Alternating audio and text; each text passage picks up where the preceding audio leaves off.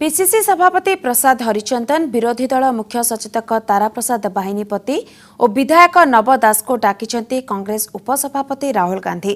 प्रसाद और तारा बाहिनीपति गतकाली दिल्ली जाइथिबा बेले पूर्वरु दिल्ली रे अछंती विधायक नव दास। चर्चा हेउची विरोधी दल मुख्य सचेतक पदवी को नहीं लागि रहितबा विवाद संपर्क में आलोचना हेब। निजे पीसीसी सभापति उपस्थित रहुतबा मुख्य सचेतक पदवी रे परिवर्तन हेब ना नाही सेनी चूड़ांत निष्पत्ति होई पारे बोली अनुमान करा जाउछि। किछि दिन तले कांग्रेस विधायक दल बैठक बसिथिला। ओडिशा प्रभारी बीके हरिप्रसाद दलीय श्रृंखला नहीं आलोचना भी करथिले। एणु आसंताकाली कांग्रेसर एही तीन नेता उपसभापति राहुल गांधी को भेटिबा पछरे एक बड़ कारण थाइपारे बोली राजनैतिक महल रे चर्चा हेउछि। एमितिकि बैठक मुख्य सचेतक पद नहीं तारांका भविष्यत निर्णय करिब बोली कहा जाउछि। तेबे एहाको खंडन करछंती उभय नेता। व्यक्तिगत कारणरू दिल्ली जाउथुपा उभय प्रसाद और तारा कहछंती।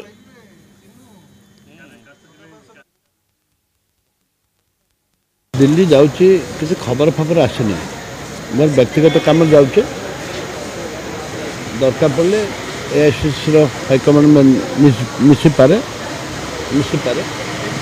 तो जाउछि दिल्ली आ पीसीसी सभापति मो जाउछि ना अपन संगे खबर अछि मो संगे करना मु कोन भूई कि नउछि ना को ना ता टेकी कि नउछि ताके टिकट ताके करछन मो टिकट मु करछि मु समस्त के जणैतिली जे मो दिल्ली कार्यक्रम अछि बोली जिबा पई 4-5 दिन आगु पूर्व निर्धारित कार्यक्रम